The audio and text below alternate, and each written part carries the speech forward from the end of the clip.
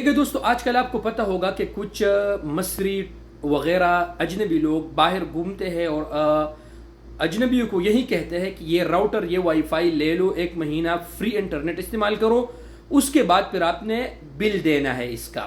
اس میں نقصان کیا ہوتا ہے؟ مجھے بہت سے دوستوں نے میسیجز کیے تھے کہ میرے بھائی اس پہ ایک ویڈیو آپ نے بنانا ہے۔ اس میں یہ ہوتا ہے کہ وہ آپ کے نام پر ایک سے زیادہ سم بھی نکالتے ہیں، پھر وہ جو آپ کے نام پر وہ وائی فائی نکالتے ہیں،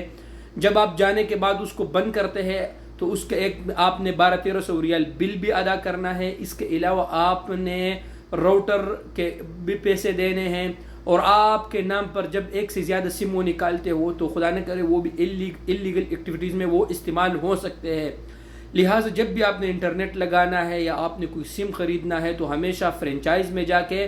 وہاں پر آپ جب سم لیں گے تو آپ کے نام پر ایک ہی سم نکلے گا، اس سے زیادہ نہیں نکلے گا۔ تو اس بات کا آپ دوست خیال رکھیں کہ جو راستوں میں یہ لوگ گھومتے ہیں یا دکانوں کے سامنے جو لوگ بیٹھتے ہیں اور سم بیچتے ہیں، خاص کر عرب ممالک میں، سعودی عرب، دبئی وغیرہ میں، تو ان سے سم ہرگز مت خریدے ورنہ آپ ہی کا نقصان ہوگا۔